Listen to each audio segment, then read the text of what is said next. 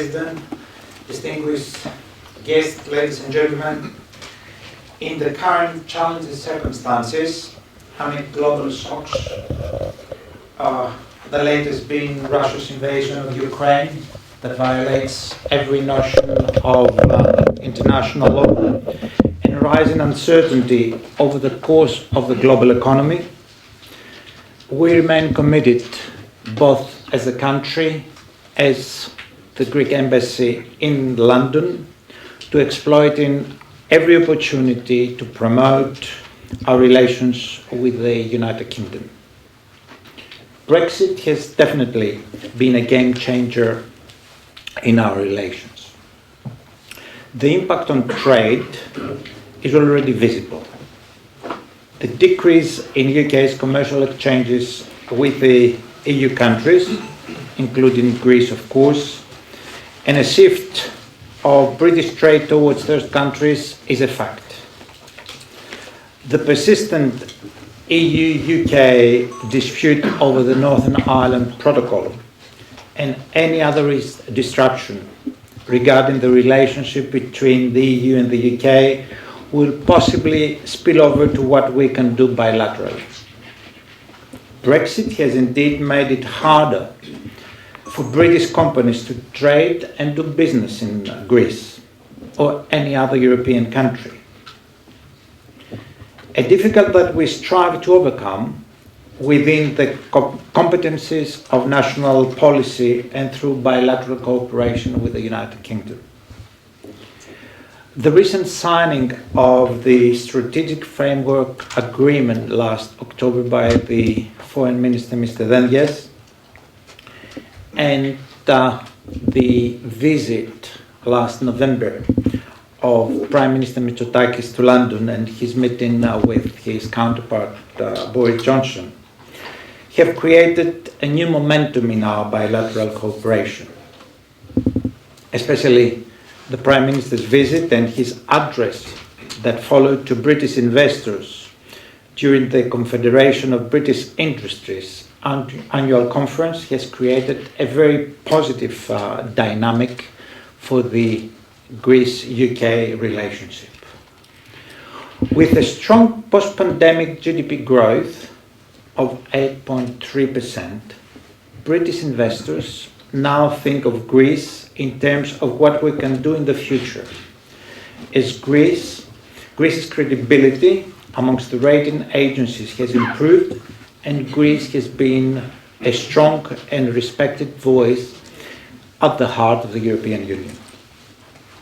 There is therefore no doubt that the bilateral relationship has a huge potential, especially in areas of foreign investment.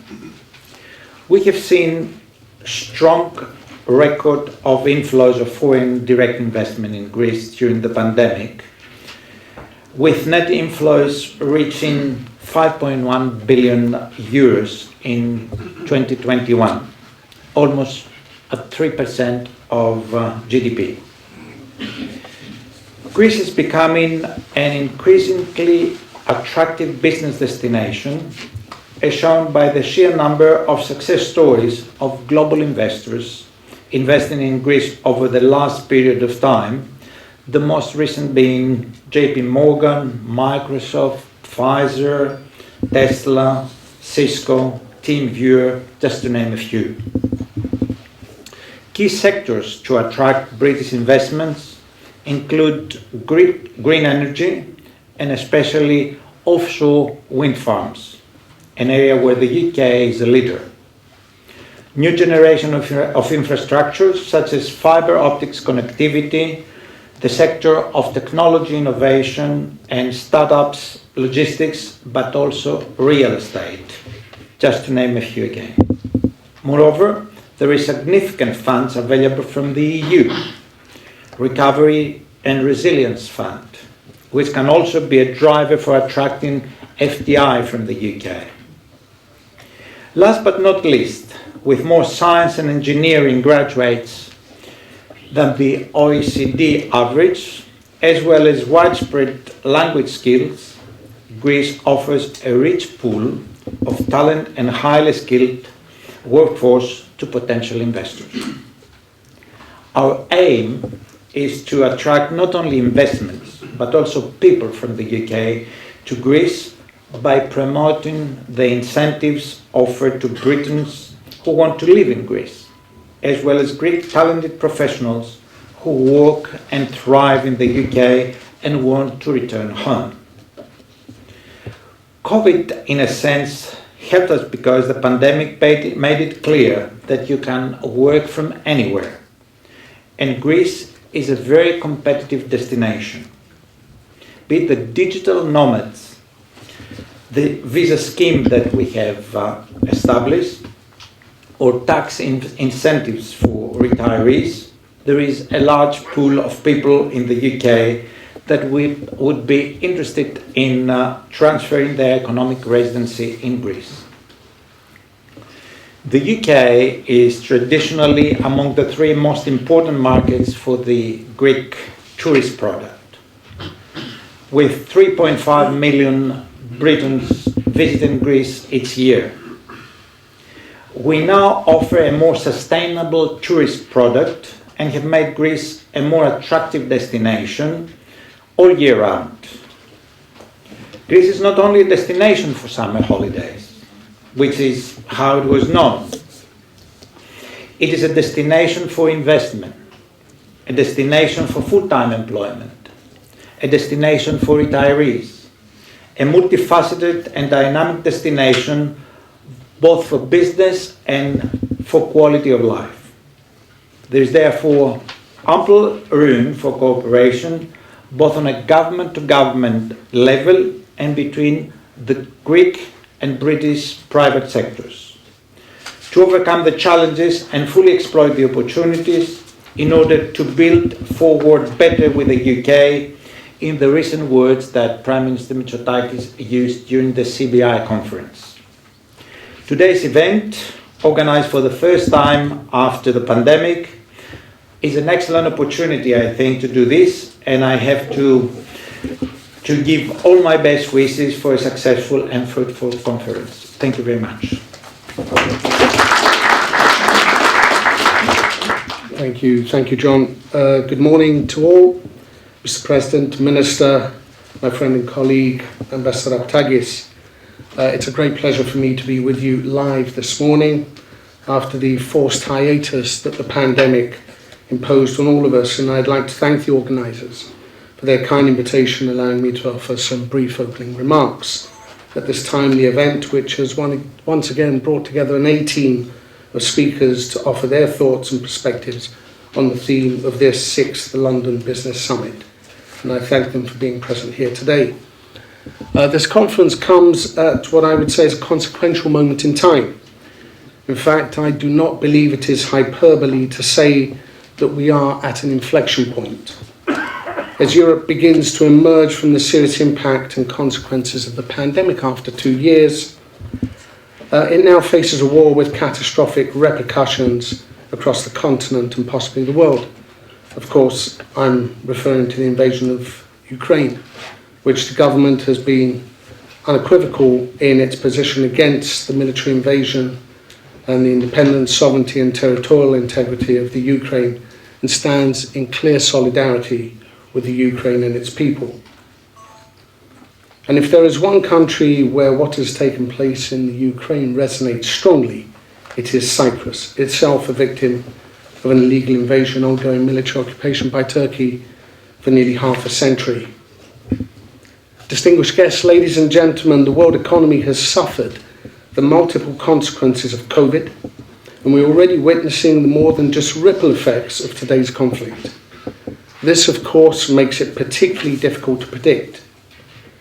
Cognizant of this and the projected uncertainty on the global stage, I think we can so far say that Cyprus has been on a solid growth path as one of the fastest growing Eurozone economies, with a 5.7% growth rate in 2021 and strong fiscal performance, as well as new large-scale projects in traditional as well as emerging sectors. The island has shown itself to have a resilient economy that has time and again proven its agility and capacity to adjust to continuously changing conditions and bounce back from external shocks, including the 2013 banking crisis. That is why Cyprus has, in a few decades, focused much effort in establishing itself also as an international centre, inter alia for shipping, financial services and commerce. And similarly, Cyprus has evolved as a jurisdiction of strategic importance for Europe, Asia, the Middle East, Africa and beyond. In the United States, one often hears the phrase location, location, location. And I think we can all agree that Cyprus fits the bill. Whether it is from the perspective of being a purveyor of stability in the volatile region, or as a business partner in a dynamic regional cooperation environment, Cyprus has a value added that is gaining increasing recognition and interest. In this context, the trilateral cooperation mechanisms that have been established jointly with Greece since 2014 are at the heart of Cyprus's initiatives in the region, and I believe constitute the potential to serve as a model of regional cooperation. And so far, trilateral cooperation mechanisms have been established with our immediate neighbours, Egypt, Israel, Jordan, Lebanon, the Palestinians, in order to define and discuss issues of common interest. The trilaterals have also gained interest further afield with the United Arab Emirates and Armenia, and have gained the engagement and support of the United States in the field of energy security through the trilateral with Israel.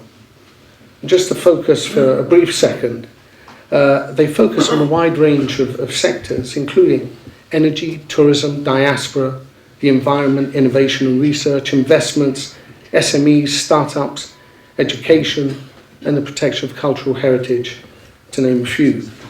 This is a constantly evolving and flexible process, and not a one-size-fits-all, and provides new opportunities and possibilities for expansion and growth. On a parallel path, the UK-Cyprus collaboration is a great example of strong bilateral relations, reflecting the two countries' long historic ties, including what is today a highly integrated and robust Cypriot diaspora in the UK, and a sizable expat community in Cyprus. And as we know, the United Kingdom has consistently ranked first in the number of tourist arrivals to Cyprus and remains a firm favourite for undergraduate and postgraduate students. The UK is one of our closest and long-standing partners. Together we have developed and nurtured close links in the political, defence, economic, education and cultural fields. We're both members of the Commonwealth, and the UK has been one of the biggest trading partners to Cyprus, not just in goods, but also in services and foreign direct investment, mainly in the financial, insurance, real estate, scientific and technical fields. Following Brexit, understandably, there have been numerous challenges, but we continue to cooperate closely, both within the framework of the Trade and Cooperation Agreement and bilaterally, as appropriate. Opportunities to build partnerships and business ventures are always possible in an ever-changing and highly interconnected global landscape, and I firmly believe that the potential exists in volumes in the growing Cyprus-UK relations. Actually, there is no better proof that our world today needs vision, synergies and commitment to promoting peace, stability, development and tackling global challenges such as global warming and climate change. And the Eastern Mediterranean arguably has this potential. Cyprus, at the heart of the region, can truly fulfill its own potential as a beacon of stability and centre for development and innovation, open for cooperation and business with all like-minded countries and those further afield. In ending, I'd like to again thank the organisers for their tremendous efforts to make this event possible, and the Cyprus High Commission remains at your disposal in any way that we may be of assistance. Thank you very much. Things have been difficult for all of us in the past 2 years. The pandemic came to challenge our ordinary way of living and things we took for granted for years. At the same time, Europe is currently facing one of the most difficult times in its recent history. Times that call upon to show unity, courage, and to place our common values above all, without considering temporary costs. We all condemn the Russian invasion in Ukraine in the strongest possible terms. Russia's invasion is more than an attack on Ukraine. It is an attack on every free country's right to decide its own future. Unfortunately, as Cypriots, we know firsthand what war and being refugees means. And we are experiencing the tragic consequences of war for almost the last 50 years, the illegal occupation by Turkey until today. As Cyprus, though, is in line with the West and shows its solidarity to the Ukrainian people, the West and Europe should also follow the same values and principles and not use double standards in its treatment of the Cyprus issue. Values should be placed above all and should never be discounted. Another point that the current situation has highlighted, and I would like to stress, is the importance of energy and the energy security of Europe, which is also under threat and needs to be addressed. Energy is not only a factor for the economy, it's the real factor for security and stability in Europe. Dear friends, in the years before the pandemic, with hard work and decisiveness, Cyprus had managed to fully reverse recession and fiscal deficits. We are used to big challenges and big crises in Cyprus. And the crisis in 2013, the banking crisis and the fiscal crisis, was an opportunity for Cyprus to make radical reforms for the stability of the economy. Our economy enjoyed continuous upgrades by the international rating agencies, and our country's credibility had been regained again.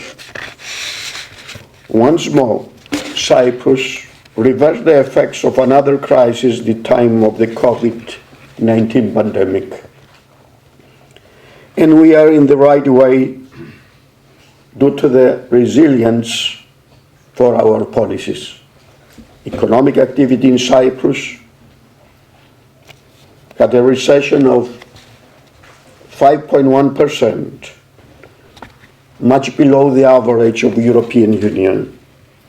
And at the same time, in 2021, the growth of our economy was 6%, much higher than the average in Eurozone and in Europe. And we project in 2022 to have a strong growth as well, despite the negative impact on the Cypriot economy because of the war in Ukraine. But this is not the time to be satisfied, though. This is the time to continue further with all the necessary reforms for a truly modern and friendly state for our citizens and the business sector. And I'm more than sure that we will get there. We have recently proceeded with a great number of important reforms, such as the reforms of the local government. We should continue on this path with emphasis on reforming the public sector, the justice system, and the digitalization of our country for the benefit of our citizens and the business environment. I heard the High Commissioner of Cyprus to UK mentioning what we studied in the 80s in the universities location. I can tell that it's a time to talk about technology. In America, they have the Silicon Valley.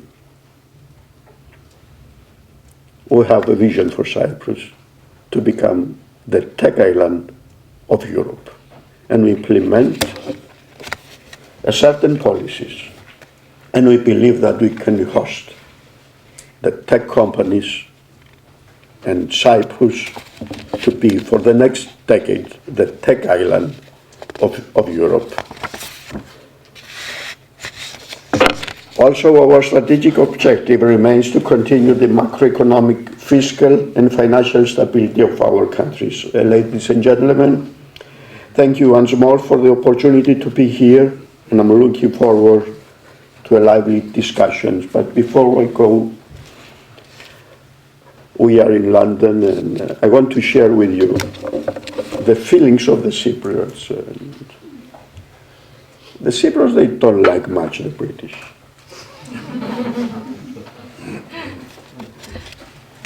Because of the history. But at the same time, every Cypriot would like to spend a weekend in London if they can afford it. At the same time, every family has the top priority to send their children to study in UK if they can afford it. And thirdly, every summer, the hoteliers and the catering industry are waiting the British to come.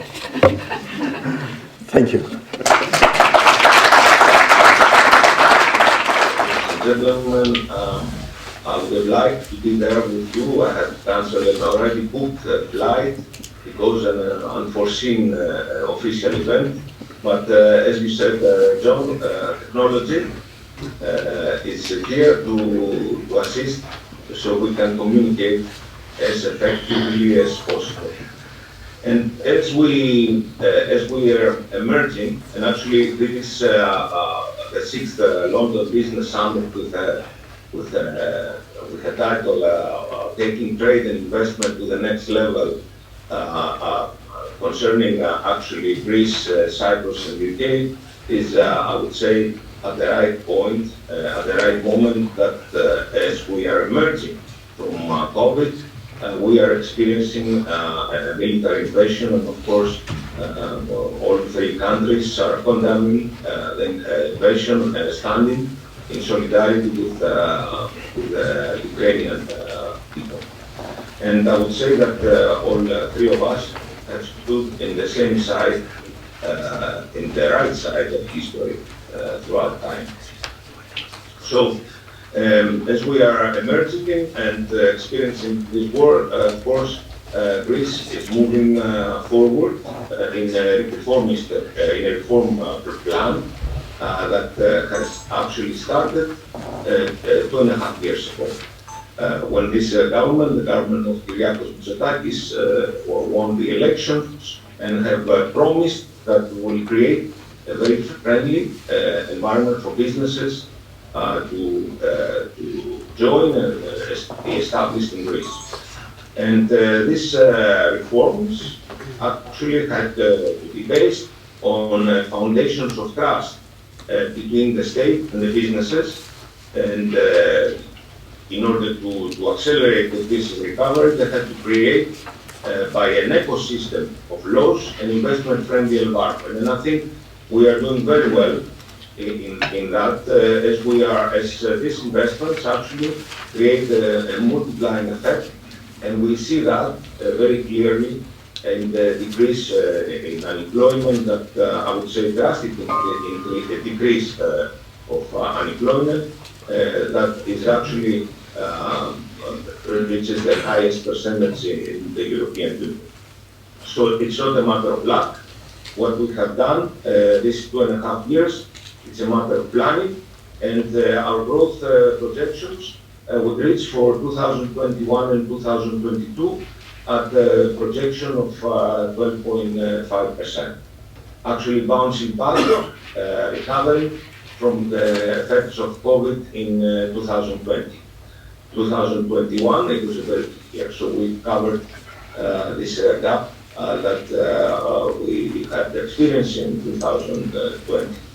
So, but at the same time, interesting times, challenging times, and the pandemic has been a catalyst for many important changes globally, but in Greece, to be specific, we have gone far beyond our expectations of the people, and we have already created processes that assist as ambassador, as the ambassador mentioned before, large investors, I would say technological protagonists, to come and be established in Greece. We have digitized many of our procedures of the public sector.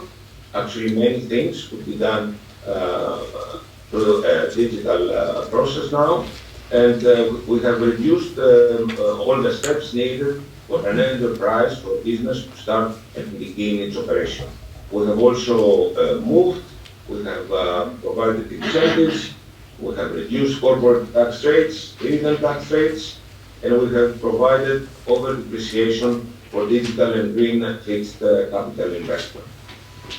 Now, in order to go very fast through this ecosystem of laws that target growth, I would say that all of the ecosystem is based on the National Recovery and Resilience Plan, on the Industry 4.0 Action Plan, and the guidelines of the Partnership Agreement 2021-2027, as well as the new regional aid map that assist Greece to give higher incentives as we have gone through a very serious financial crisis the last 11 years. So we have built a flexible framework for both private and strategic investments, and we have moved on very fast to the delignitization program, as our Prime Minister had declared, and the UN back in 2019, that Greece would go as fast as possible to this just transition program. So we are the first ones to move, and I think Europe is watching us. And we want to fulfill all of our obligations by 2028. So the basic tools, we have a strategic investment law tool that simplifies procedures, introduces attractive incentives for FDIs, and includes new categories, as well as provides support for important projects of common European interest. One being the battery, hydrogen, microelectronics. We are all late. Greece is participating in these IPCIs. And we continue with incentives, providing FDIs, with stabilization of tax rate, acceleration of depreciations, fast track licensing, and grants, of course, related to the RRF framework when it comes down to emblematic investments with a very important impact in the economy. The second tool is the new development law, also fully aligned with all this national recovery, the RRF, and the Industry 4.0, and the Partnership Agreement. It actually includes 13 state aid schemes that support all sectors of the Greek economy. Needless to say that these state aid schemes are supporting agro-food industry, digital transformation, and all these that are projected in our action plan and the national action plan for growth. The third tool is the Just Transition Plan tool that we have provided the incentives for companies to be established in these areas in order to change into a lignite-free future. As I said, at the latest by 2028. And also we have created a new legal framework that sets actually strong governance in order to run fast and to conclude this process by 2028. We would like to create jobs that will replace the jobs lost as the lignite production is being decreased to go to zero, to go into a fast and quick transition, and of course to face all the social and environmental issues that are raised through this transition process. Now, we have all this ecosystem stands in order to provide support for FDIs, and as I said, the ambassador mentioned companies that have decided to come and be established in Greece, and actually in the EU, in the European Investment Monitor, Greece has improved its attractiveness by ranked now globally 23rd, actually moving approximately 9 positions higher.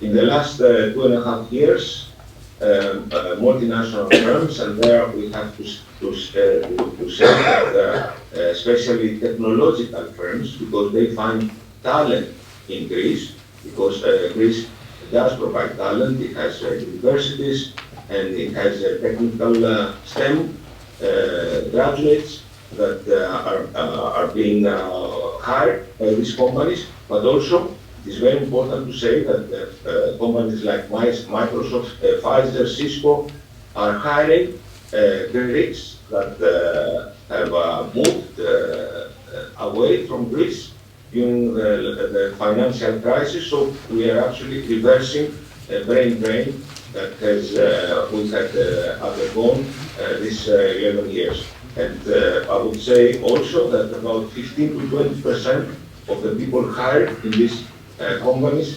are Greeks that come from abroad. So also we have said that we want Greece to be an energy hub, and of course we welcome the completion of the TAP pipeline, the transatlantic pipeline, and the progress on the interconnector of Greece and Bulgaria that is set to become operational in 2022. Also, we are moving forward to the FSRU in Alexandroupolis, as we would like to be as independent as possible from Russian gas. And of course, we support the 3+1 format with the Cyprus, Greece, and Israel, with the presence of the United States in the Eastern Mediterranean pipeline.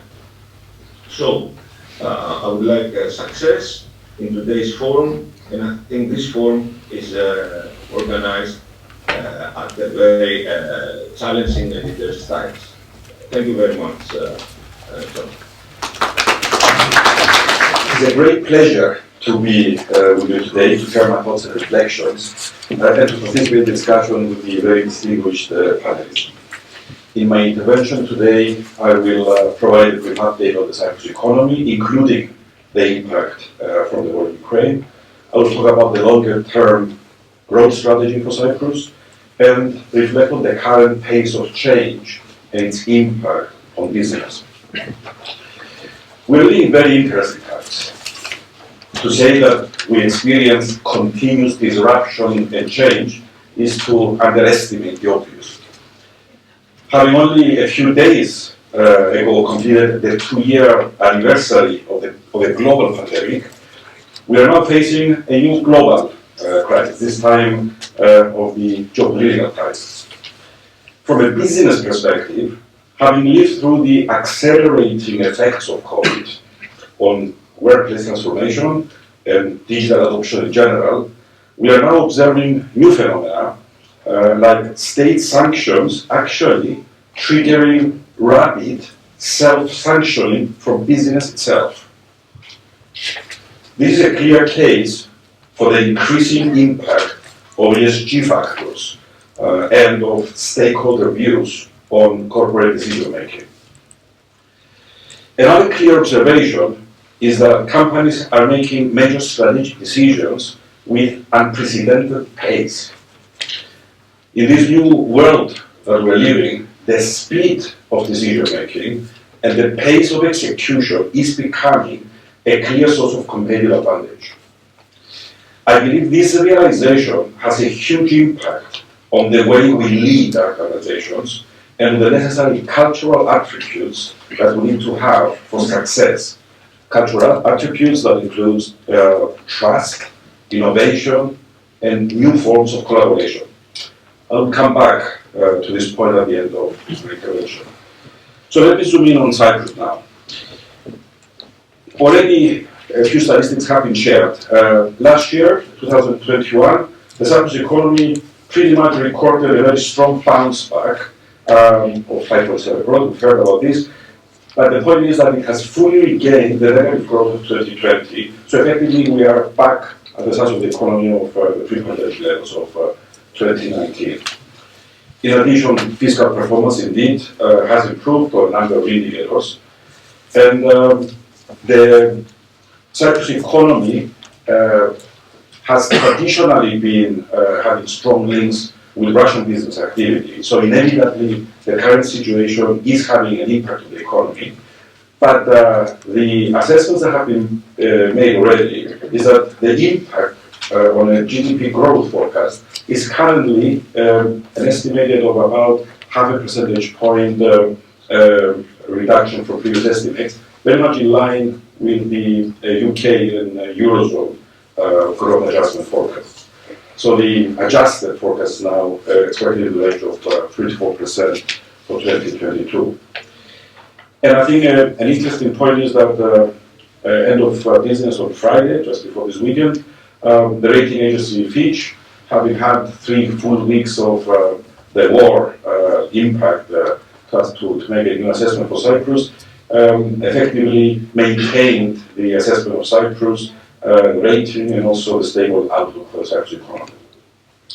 So, of course, uncertainty remains in terms of the duration of the war, the duration of the sanctions, the possible escalation from sanctions. But generally, in terms of the exposure of the Cyprus economy, beyond the inflationary impact that all the economies are facing, from high energy, commodity, and food prices, clearly the sector that will have the biggest impact is the tourism sector, as Russia has been the second largest source of tourists for Cyprus at approximately 20% of the overall tourist arrivals.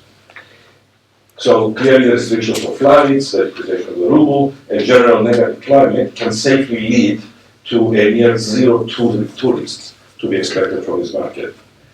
However, Cyprus should still achieve higher tourism activity relating to the year before, as strong demand for tourism in the post-pandemic period from other countries like the UK, which is our primary source of tourists, as well as other markets that are developing, Germany, of course, Greece and other markets, should offset the decline from Russia. So overall, a growth in tourism revenues and levels should be recorded compared to last year.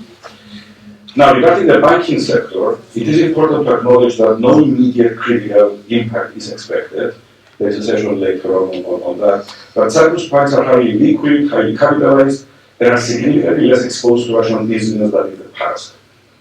Some impact is expected in operating profits from the slowdown of the transactions, from international transactions, and the most significant impact will be on the acceleration of bank consolidation, something that is generally considered, of course, as favorable and desirable. Now, on the real estate sector, the rising construction costs and the reducing Russian demand will impact that sector, primarily the luxury end of the sector. And on the professional services, those professional services that have been supporting Russian business activity primarily will undergo a shock, and will need to adjust to the new circumstances, with the overall medium-term impact of this segment to depend on the effectiveness of this transition.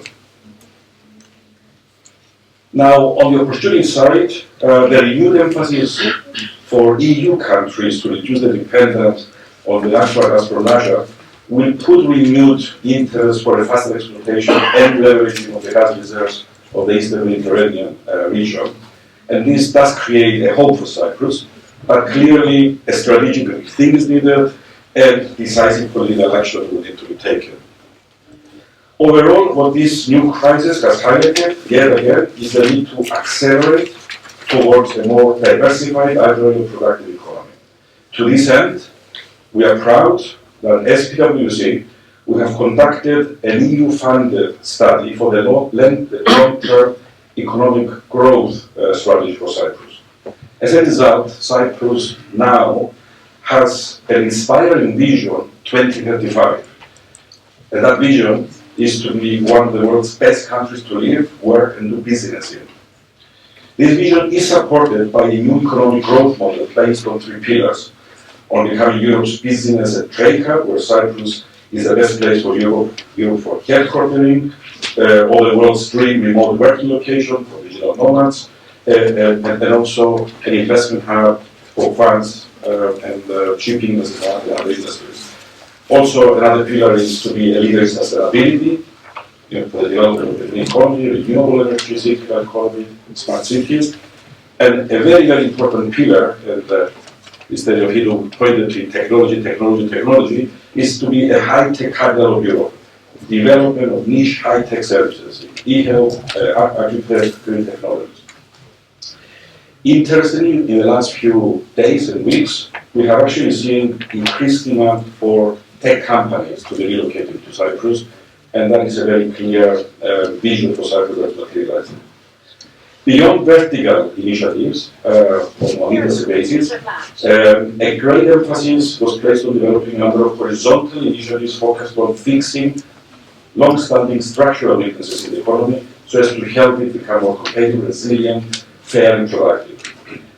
And to that end, we will be absorbing the 1.2 billion euros from the EU Recovery and Resilience Fund that already are channeled into the economy and are channeled specifically towards the reforms that support that Vision 2025 and the growth strategy of Cyprus and support the reforms and the digital transition more specifically. So Cyprus is in a great path for a new growth trajectory, and this period does afford us an excellent opportunity to rethink and reconfigure our economic and business models, both as countries and as businesses. So in this constantly changing environment, we all need to adjust and transform rapidly. I come back to the point of speed, again for countries and businesses, and the question really is how rapidly can we transform, and what does really rapid mean in our paradigm thinking, the way that we approach decision-making and execution. Talking about change, now there are expressions like three-dimensional change, that the change we're experiencing is both perpetual, occurring all the time, pervasive, unfolding on multiple areas of life at once, and exponential, this accelerating point. And just to conclude my thinking, all this does bring a major focus on the importance of leadership to navigate our countries and our businesses through this new reality. Change by nature, of course, leaves people and organizations feeling confused, vulnerable, and fractured at a time when resilience, cohesion, and collaboration are what they're really necessary to perform at the highest level. So we need to help our countries and businesses move away from a more linear, locally way of thinking into more systemic way of thinking. And there's a revolution of how we think about exchange and leadership, that we need to ensure that we have trust and psychological safety to empower individuals and teams to perform, that we have continuous learning to fuel that pace of change, and that shared purpose and common values enhance focus, cohesion, and resilience. So generally, as my final thought, is one of the greatest lessons that we've had from navigating through this continuous crisis in Cyprus, is that fostering collaboration between the public and private sectors has proven that it can achieve great results. So we have a responsibility not only to transform our country and our economy and our businesses, but to actually pivot to a new reality, and we should pivot together. So once again, thank you for giving me the opportunity to address this summit and look forward to the fruitful discussion.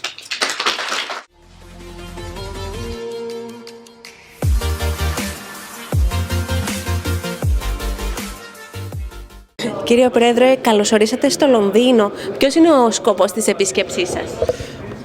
Είχαμε το summit του Economist εδώ στο Λονδίνο, όπου μας δόθηκε η ευκαιρία να μιλήσουμε για τις προοπτικές της χώρας μας στο νέο διαμορφούμενο περιβάλλον. Ως επίσης θα έχω και την ευκαιρία να έχω συνάντηση με Βρετανούς βουλευτές, αλλά και με τον Υπουργό Ευρωπαϊκών Υποθέσεων της Βρετανικής κυβέρνησης. Είναι κάποια συγκεκριμένα θέματα που θέλετε να προωθήσετε? Να προωθήσουμε τα δίκαια αιτήματα της χώρας μας, να επαναλάβουμε τη θέλησή μας να ζήσουμε σε μια επανενωμένη πατρίδα και να ζητήσουμε την στήριξη της Μεγάλης Βρετανίας σε αυτή την προσπάθεια. Όσον αφορά την παροικία, ποιους τόπους θα επισκεφτείτε εδώ πέρα? Η συνάντησή μου, η επίσκεψή μου αυτή την φορά είναι μόνο για 36 ώρες, αλλά θα συναντηθώ και με τους Κύπριους του Λονδίνου, που είναι οι καλύτεροι πρεσβευτές της εθνικής μας υπόθεσης. Και μετά το πέρας της συνάντησης, ποιο μήνυμα στέλνετε εδώ πέρα με το Economist? Είμαι αισιόδοξος για την οικονομία της Κύπρου, παρά τις οποιασδήποτε επιπτώσεις λόγω του πολέμου στην Ουκρανία.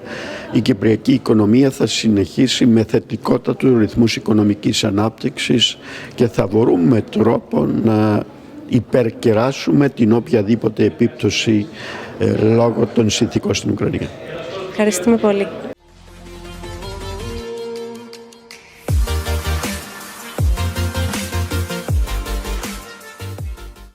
Ποιο ήταν το αντικείμενο συζήτησής σας με τον Υπουργό Εξωτερικών της Αγγλίας? Είχαμε σήμερα συνάντηση με τον Υπουργό Ευρώπης και Αμερικής εδώ στο Foreign Office, όπου είχαμε την ευκαιρία να επαναλάβουμε την θέση της ελληνοκυπριακής πλευράς για επανέναρξη το συντομότερο δυνατόν του διαλόγου πάνω στη συμφωνημένη βάση. Επαναλάβαμε στους Άγγλους ότι θέσεις δύο κρατών είναι και απαράδεκτες και ότι δεν μπορούν ποτέ να γίνουν αποδεκτές από την ελληνοκυπριακή πλευρά.